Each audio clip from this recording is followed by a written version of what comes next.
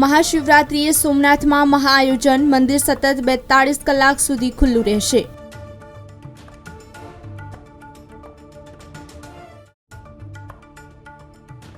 ઓવરબ્રિજનું કામ ફરી શરૂ થશે। હિંમતનગરના ખેડ તસિયા અને ઈડર સ્ટેટ હાઈવેને જોડતો હાથમતી ઓવરબ્રિજનું કામ 7 મહિના બાદ ફરી શરૂ કરાશે।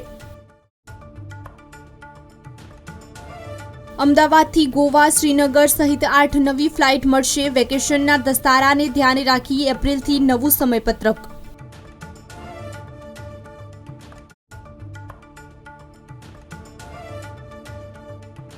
સ્વાસ્થ્યને ધ્યાનમાં રખાશે। બોર્ડની પરીક્ષા દરમિયાન વિદ્યાર્થીઓને શારીરિક તકલીફ થશે તો જલ્દી હોસ્પિટલ ખાતે ખસેડાશે।